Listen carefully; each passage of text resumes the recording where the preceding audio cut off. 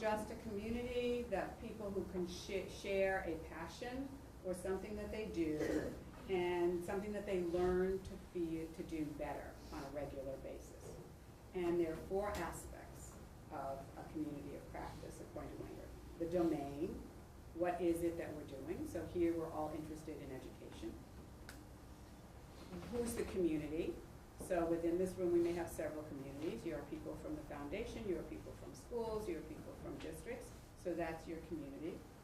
Then you have your practice, what are you doing actually to move forward the agenda of education and school improvement? And then that becomes part of your identity. So that a lot of people do this, when you're not at work. So I want you to think about that. So take a shift, and I will model this for you. So I am a cyclist. I am a distance cyclist.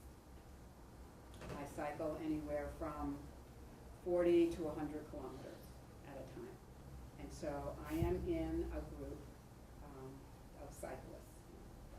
That's to prove that I actually that's my friend, and that we're in our kit.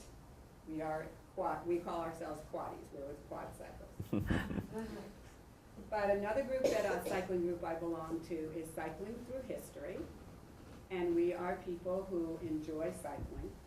So our domain would be cycling and African American history. So we're all very interested in the culture of African Americans in and around Boston and around Massachusetts.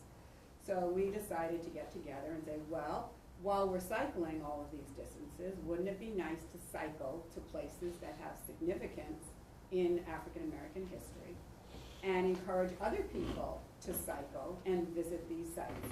So our domain is investigating sites that are African American history and then coming up with safe routes for novice cyclists, families, and experienced cyclists. All right, so within our community, we are mapping out those sites and determining the safe routes. Our practice is that we ride the routes. We actually ride the routes and we research the history. And then in our identity, we actually have a website. If you want to go on it, you can. Where we post the sites. And part of what we're doing is to also try to maintain the oral history. So we've asked people to go to our site if they find, if they know a story about a historical site, or if there's a story in their family of somebody who used to live in this community, who used to do something. So we want to, again, promote oral history. So we have exercise, we have history, and we have oral narratives and family history. So we're bringing all that together.